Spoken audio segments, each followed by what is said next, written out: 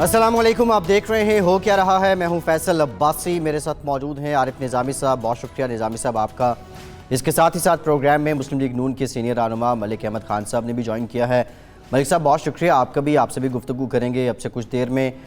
معروف معیشت دان حفیظ پاشا صاحب بھی ہمیں جوائن کریں گے، ان سے بھی بات کریں گے۔ آج بجٹ 2019-20 پیش کر دیا گیا۔ اپوزیشن کے شور شرابے میں اس سے پہلے بھی شور شرابے ہوتے رہے جب بجٹ پیش کیا جاتا تھا، لیکن آج کچھ زیادہ ہی تھا۔ اس کے ساتھ ساتھ گرفتاریوں کا موسم بھی اپنے عروج پر ہے۔ کل آصف زرداری کی گرفتاری، آج حمزہ شہباز کو گرفتار کیا گیا اور لندن میں بانی MQM کو بھی گرفتار کر لیا گیا ہے۔ نظامی صاحب، ایک جانب بجٹ، دوسری جانب یہ گرفتاریوں کا موسم اور اپوزیشن کا یہ شور شرابہ، یہ سیاسی ماحول، اس سارے ماحول سے عوام کو کیا مل رہا ہے؟ ملک صاحب پہلے تو یہ بتائیں کہ یہ جو ابھی فواد چودھری صاحب جو اب اسپوکس مین نہیں رہے، وہ اور ان کی اب جوڑی اچھی بن گئی ہے محترمہ فردوس عاشق اوان کے ساتھ، تو وہ فرما رہے تھے کہ یہ پاکستان کے لیے بڑا نیک شگون ہے جو ساری گرفتاریاں ہوئی ہیں اور روشن مستقبل کی ضمانت ہے۔ تو اتنی خوش فہمی کی کیا وجہ ہے؟ کوئی آپ کے ذہن میں کیا اس کی ایکسپلینیشن ہے؟ اگر اتنی اچھی بات ہے تو اسی لیے آپ نے حمزہ صاحب نے کوئی رجسٹ بھی نہیں کیا وکیل نے، بلکہ درخواست ضمانت واپس لے لی توسیع کی اور ایک قسم کی والنٹری گرفتاری دے دی۔ عارف صاحب آپ کا بہت شکریہ، مجھے باقی باتیں تو بعد میں، لیکن فواد اور فردوس کی جوڑی کا آپ کا جو یہ کسی صورت بھی بیلنس نہیں ہے، یہ جوڑی جو ہے ایک بہت زیادہ پڑھا لکھا ہے اور ایک میرا خیال ہے ابھی تربیت کی مراحل میں ہے، تو یہ فرق تو رہے گا، اس وجہ سے بیلنس سٹیٹمنٹ بھی نہیں آئے گی۔ اچھا، اگر یہ فواد کے اپنے پاس ہی ذمہ داری ہوتی کہ حکومت کی ترجمانی کرنی ہے تو اس طرح کا بیان وہ کبھی نہ دیتے۔ دیکھیں ابھی فواد کیا کہہ رہے ہیں، فواد یہ کہہ رہے ہیں کہ یہ پاکستان کے مفاد میں ہے کہ آپ مین سٹریم پولیٹیکل پارٹیز کی لیڈرشپ کو اریسٹ کر لیں۔ اب میں کیسے مانوں کہ فواد کو نہیں پتا کہ یہ غلط ہے؟ فواد کو پتا ہے کہ یہ غلط ہے۔ اب مین سٹریم پولیٹیکل پارٹیز کی لیڈرشپ کو کن کیسز میں اریسٹ کریں جن کا وجود بھی کوئی نہیں ہے؟ اب میں حیران اور سمجھنے کی کوشش یہ کر رہا ہوں کہ دو کیسز جو ابھی تک پراپر جوڈیشل سکروٹنی سے گزرے ہیں، ایک رمضان شوگر ملز کا کیس اور ایک آشیانہ کا کیس، وہ تو نیب کے خلاف چارج شیٹ ہے، اور فواد کی اسی پریس ٹاک میں انہوں نے کہا کہ بھی یہ گرفتاریوں سے باز آ گیا، اب ریکوریز کی بات شروع ہوگی۔ ابھی تک نیب کی کسی پروسیڈنگ میں ہم نے کوئی ایسا کنکریٹ کیس جو کسی کے خلاف ہی بنے، مجھے I can't talk about Asif Zardari صاحب کیس، ان کی بھی ایک ہائپوتھیٹیکل پوزیشن ہمارے پاس آئی ہے جو میڈیا سے رپورٹ ہوتی ہے، ہم نے سنی کہ کہاں 30 ارب کا مدعا تھا اور بات 1.5 کروڑ پہ آ کے کھڑی ہوئی ہے، ان کو ایک سائڈ پہ رکھتے ہوئے جو شہباز صاحب کے خلاف کیسز تھے اس میں کیا ریکوری وہ ڈیمانڈ کر رہے ہیں؟ 3 کیسز ہیں، ایک یہ جو ابھی ریسنٹلی اکاؤنٹس کا کیس انہوں نے نکالا ہے کہ 1 ارب 30 کروڑ کا، اور منی لانڈرنگ کی سر ڈیفینیشن ہی چینج کر جی، ہم تو یہ سمجھتے ہیں کہ منی لانڈرنگ وہ ہے جو ملک سے باہر بھیجی جائے، اب یہ انورڈ ریمیٹنسز کو منی لانڈرنگ کہہ رہے ہیں، یہ بھی ان کی مرضی ہے۔ اب اور پہلے جو تھا وہ اس کو FIA اسٹیٹ بینک کے جو اپنے قواعد و ضوابط تھے اس کے تحت، اینٹی منی لانڈرنگ ایکٹ کے تحت، ان چیزوں کے تحت ریگولیٹ کیا جاتا، تب وہ نیب کرے گی، کس قانون کے تحت کرے گی ہمیں نہیں پتا، لیکن ہم کورٹ آف لا میں اور جو اسٹیٹ کا اپریٹس ہے بے شک وہ ڈیو پروسیس سے ہٹ کے، اور فواد کی بات پر میں آپ کو یہ کہہ دوں کہ مجھے یہ یقین ہے کہ اس کو پتہ ہے کہ مین سٹریم لیڈرشپ کی گرفتاری، مین سٹریم پولیٹیکل پارٹیز کی مین لیڈرشپ کی گرفتاری جو کہ جماعتوں کے سربراہان ہیں، وہ نہ جمہوری نظام کے لیے بہتر ہیں نہ ملک کے وفاق کے لیے بہتر ہیں۔ یہ تجربات بے شمار دفعہ ہوئے، یہ ایبڈوز ویبڈوز لگتے رہے، آپ سے بہتر ان کو کوئی نہیں جانتا۔ میں اچھی طرح علم ہے، مجھے یہ بھی علم ہے کہ انتقامی کارروائیاں جو ہیں احتساب کے نام پہ بھی ہوتی ہیں، اس کا نیک آغاز تو میاں نواز شریف نے خود ہی کیا تھا اپنے زمانے میں، لیکن ایک مجھے گتھی نہیں سلجھ رہی کہ میں نے دیکھا کہ آج برخوردار حمزہ کے لیے بڑے لوگ تھے، سپورٹر تھے، انتھوزیازم تھا، آج جب ان کو گھر گرفتار کرنے گئی ہے نیب تب بھی ایسی تھا۔ شہباز شریف جب علیہ صبح اتوار کو آئے تو محدود چند لوگ تھے، کل ان کی تقریر بھی بڑی نرم تھی, بڑی مشکل سے ہم نے اس میں سے کوئی ہیڈ لائن نکالی. جی جی. آج بھی جو اپوزیشن ہے وہ آدھے ٹائم تو آئی نہیں. بجٹ تقریر کے دوران ہمارا خیال تھا کہ غالب کے پرزے اڑیں گے, لیکن اڑے نہیں, اور لگ رہا تھا کہ یہ بھی کوئی ڈیل کا حصہ ہے. تو کیا بتائیے کہ یہ پی ایم ایل این میں شہباز شریف کی پالیسی چلے گی یا حمزہ اور نواز شریف اور مریم کی پالیسی چلے گی؟ اور لگتا ہے کہ شہباز شریف آہستہ آہستہ پی ایم ایل این کے اندر اپنی مقبولیت کھوتے جا رہے ہیں. نہیں دیکھیں عارف صاحب, میں ایسا نہیں سمجھتا. میں بالکل آپ کو فرسٹ ہینڈ اکاؤنٹ یہ دے سکتا ہوں کہ بنیادی طور پہ پارٹی کے اندر اگر پالیسی کوئی ہے, اگر پارٹی میں بنیادی طور پہ, تو پالیسی وہی ہے جو میاں نواز شریف صاحب کی ہے, نمبر 1. اور نمبر 2, کچھ چیزوں پر آپ یہ کہہ سکتے ہیں کہ جس کی بنیاد پر ایک تجزیہ ہوتا ہے کہ شہباز صاحب کے کچھ اپروچ اتنی ایگریشن کی نہیں ہیں جتنی, تو یہ درست ہے ان کی اپروچ اتنی ایگریشن کی نہیں ہے.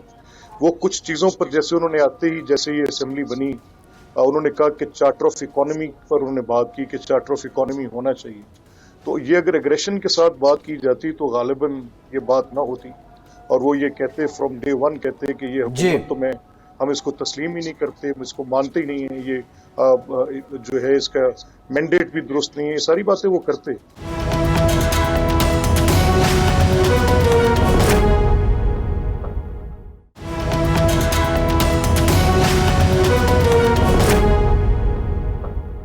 حفیظ پاشا صاحب نے ہمیں جوائن کیا ہے, معروف معیشت دان ہیں, سابق چیئرمین ہیں پلاننگ کمیشن کے. بہت شکریہ پاشا صاحب آپ کے وقت کا. آج کا بجٹ پہلے تو اپنے تاثرات دیجئے, کتنا مختلف تھا, اور جس انداز میں یہ پیش کیا گیا وہ انداز کتنا مختلف تھا پہلے پیش کیے جانے والے بجٹ سے؟ بسم اللہ. دیکھیے یہ ایک بہت ہی نمایاں چیز جو اس بجٹ کے بارے میں کہنا چاہوں گا کہ یہ بجٹ میں جو اضافہ کیا گیا ہے آمدنی میں, ریونیوز میں 40% اور خرچوں میں تقریباً 30%, اتنا تیز اضافہ پاکستان کے کسی بجٹ میں پچھلے 70 سال میں نہیں ہوا ہے. تو یہ اس لحاظ سے بڑا غیر معمولی بجٹ ہے, بڑا ایمبیشس بجٹ ہے.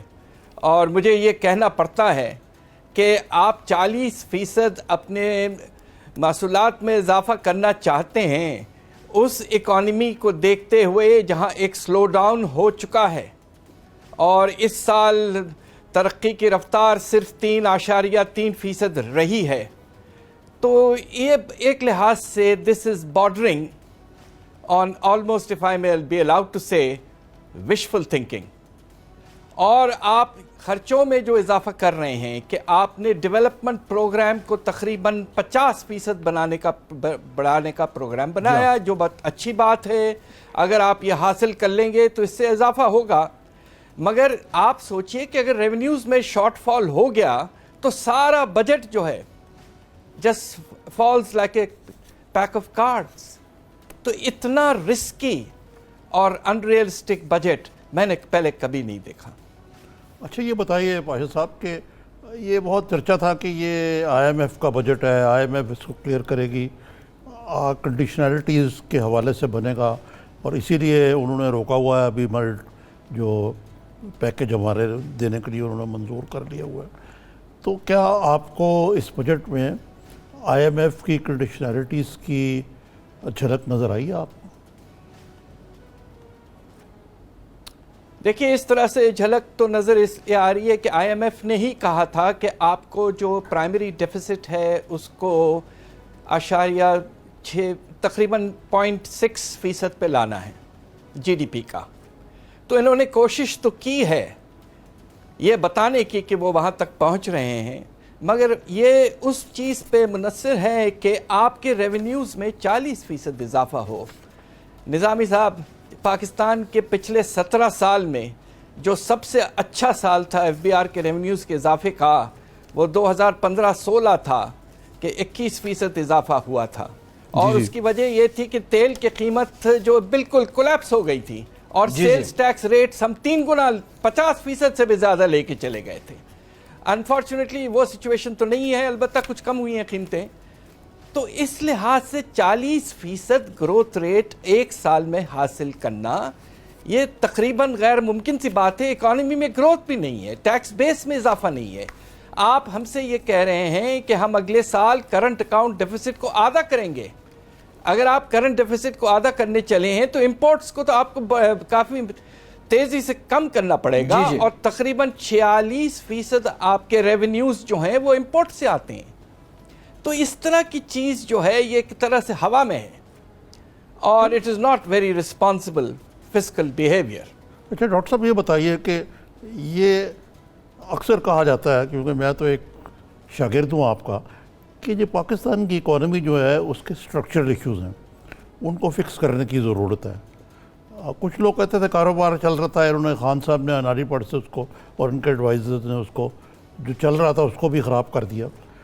تو کیا آپ سمجھتے ہیں کہ ان اسٹرکچرل پرابلمس کو, اگرچہ بجٹ کے ذریعے تو اسٹرکچرل پرابلم صرف آپ ان کو سمپٹومیٹک تو ہوتا ہے, لیکن کیا لگتا ہے یہ بجٹ جو ہے اس ڈائریکشن میں جا رہا ہے جس سے پاکستان کے جو بنیادی اقتصادی مسائل ہیں, مثلا میں ایک یہی لیتا ہوں کہ ہمارے ارد گرد کے خطے میں ایکسپورٹس بنگلہ دیش, انڈیا وغیرہ کی, چائنا کی کہیں پہنچ گئی. ہم نے اتنی ہسٹورک ڈیویلیویشن کی, ایکسپورٹس جو ہیں پھر بھی اسٹیگننٹ ہیں. تو کرنٹ اکاؤنٹ ڈیفیسٹ کی آپ نے بات کی, اس کا مطلب ہے کہ آپ اپنے لوگوں, یعنی آپ مینوفیکچرنگ سیکٹر جو آگے نہیں چل رہا, اگر اور پابندیاں لگائیں گے, آپ کا انٹرسٹ ریٹ اتنا اونچا ہو گیا, آگے ہی بزنس مین کے لیے بزنس کرنا مشکل ہوگا, تو یہ کس طرح اکانومی کا پہیہ آگے چلے گا؟ آپ نے بالکل ٹھیک فرمایا. دیکھیے بات یہ ہے, آپ نے بنگلہ دیش کا ذکر کیا. مجھے اس بات پہ بہت افسوس ہے کہ 1971 کے بعد جب وہ ہم سے علیحدہ ہوئے, یہ پہلا سال ہے کہ بنگلہ دیش کا per capita income in dollars Pakistan کے اوپر چلا گیا ہے. آپ کو یاد ہوگا ہم کہتے تھے کہ یہ بنگالی جو ہیں یہ کمزور لوگ ہیں, یہ کچھ حاصل نہیں کریں گے. They have shown us that they have done a better job. ان کے ایکسپورٹس ہم سے 70% زیادہ ہیں. اب آپ نے سوال یہ کیا کہ ہم اپنے اسٹرکچرل پرابلمس کو کیا ٹیکل کرنے کے لیے اس بجٹ میں چیزیں کی گئی ہیں.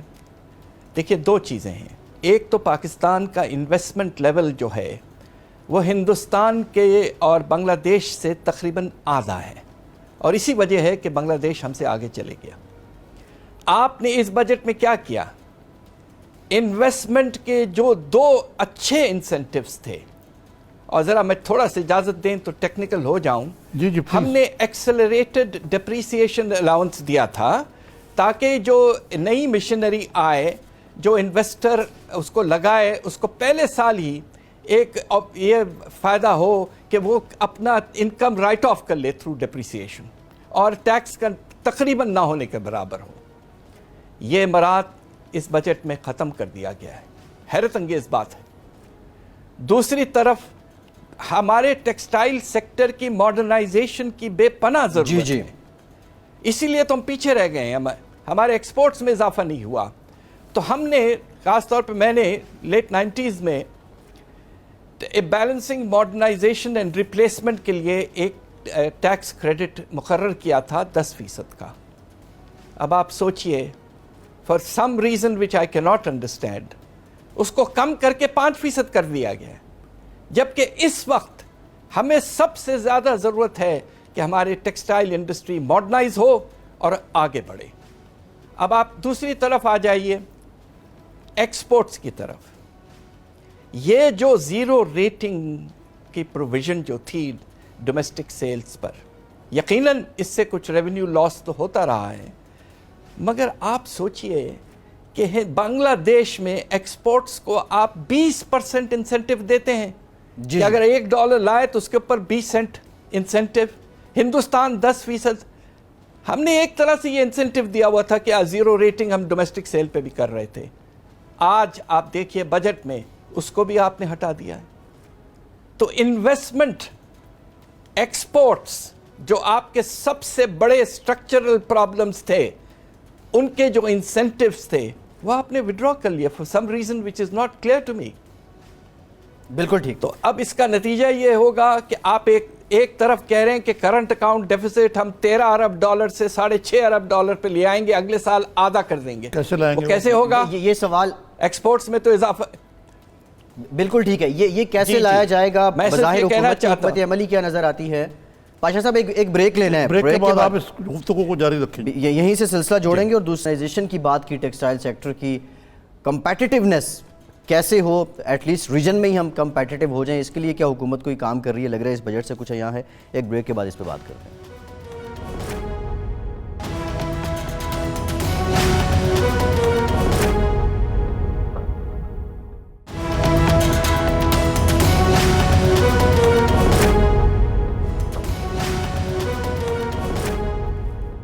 بریک کے بعد ایک بار پھر سے آپ کو خوش آمدید کہیں گے. حفیظ پاشا صاحب, کمپیٹیٹیونیس کی ہم بات کر رہے تھے, بالخصوص ٹیکسٹائل سیکٹر میں میجر کنٹریبیوشن جس کا ہمیشہ سے ایکسپورٹس میں رہا ہے. ایک تو یہ بتا دیں حکومت کی کوئی پالیسی اس کو لے کے نظر آتی ہے, اور دوسرا یہ جو ہدف آپ 40% انکریمنٹ کی بات کر رہے ہیں, یہ بڑھایا گیا ہے ریونیو کا, یہ ٹرسٹ کیا ایف بی آر پہ بہت زیادہ ٹرسٹ ہو گیا ہے؟ شبر زیدی صاحب کے آنے کے بعد وہ اسٹرکچرل ریفارم ساری ہو گئی ہیں. دیکھیے, میں نے آپ سے پہلے یہ ذکر کیا کہ جو دو بہت اہم انسینٹیوز تھے ٹیکسٹائل سیکٹر کے لیے, ایک تو آپ نے زیرو ریٹنگ کا پروویژن رکھا تھا, اور دوسرا آپ نے بیلنسنگ ماڈرنائزیشن اینڈ ریپلیسمنٹ پر ٹیکس کریڈٹ آپ نے دیا تھا. اس کو آدھا کر دیا اور زیرو ریٹنگ کو آپ نے بالکل ختم کر دیا. تو مجھے افسوس سے کہنا پڑتا ہے کہ یہ وقت نہیں تھا یہ کرنے کا. کم از کم ہمیں زیرو ریٹنگ 2 سال 3 سال کے لیے اور رکھنا چاہیے تھا, تاکہ ہمارے ایکسپورٹرز کو ایک موقع ملے ایکسپورٹ بڑھانے کے لیے. البتہ آپ دیکھیں کہ ٹیکسٹائلز میں کوانٹٹی میں اضافہ ضرور ہوا ہے. اب یہ ہے کہ ہمیں کمپیٹیٹیو ہو کر کچھ بہتر قیمتیں حاصل کرنی ہیں, تو لہٰذا کچھ انسینٹیوز آپ کو جو دینے تھے وہ آپ کو رکھنا چاہیے تھا. دوسری طرف آپ نے ایف بی آر کا ذکر کیا. میں نے آپ کو پہلے ہی بتا دیا کہ ایف بی آر کا بیسٹ پرفارمنس پچھلے 17 سال میں 21% گروتھ تھا, اور وہ بھی اس وقت کہ جب ہمیں سیلز ٹیکس میں ایک بونس ملا, جب تیل کی قیمتیں بالکل زمین کے لیول تک آ گئی تھیں. 40% میری زندگی گزری ہے ٹیکس پالیسی وغیرہ میں. یہ بہت ہی ایمبیشس ٹارگٹ ہے, اور ایک سال اس وقت جب آپ کی اکانومی میں گروتھ نہیں ہے, یہ کیسے ہوگا؟ تو لہٰذا آپ یہ دیکھیں گے کہ آنے والے دنوں میں آئی ایم ایف کے ساتھ جو پروگرام چل رہا ہے, ہر کوارٹر جب آپ کی ریویو ہوگی تو وہ کہیں گے بھائی یہ آپ کا شارٹ فال ہو رہا ہے, آپ کے ریونیو تو اتنی تیزی سے نہیں بڑھ رہے ہیں, تو پھر آپ کیا کریں گے؟ آپ نے تو ابھی کہا ہے کہ ہم سیلز ٹیکس کو 17% پہ رکھیں گے, پھر جب آپ بوجھ پڑے گا آپ پر 17 سے 18, 18 سے 19 اس طرح, اور ہر مرتبہ 1% بڑھانے سے 80 ارب روپے اور اٹھائیں گے آپ, اور اس کا سارا بوجھ جو ہے وہ عام آدمی پہ جائے گا. تو یہ ہم نے ابھی بیٹھ کے, میں اور میری شاگردوں نے کچھ کیلکولیشن کی. جی بتا فرمائیے. میں صرف یہ کہنا چاہ رہا تھا جلدی سے کہ یہ جو ایڈیشنل ٹیکسیشن ہے, اور جو بجلی اور گیس کی قیمتوں میں اضافہ ہونے والا ہے, اور اس کے برعکس جو گورنمنٹ نے میں سمجھتا ہوں جو مناسب چیزیں کی ہیں, وہ یہ کہ بی آئی ایس پی کا سائز بڑھا دیا ہے, اور جو چھوٹے الیکٹرسٹی کے کنزیومر ہیں ان کو سبسڈی تقریباً 200 ارب کر دی. یہ 2 بہت اچھے سٹیپس ہیں.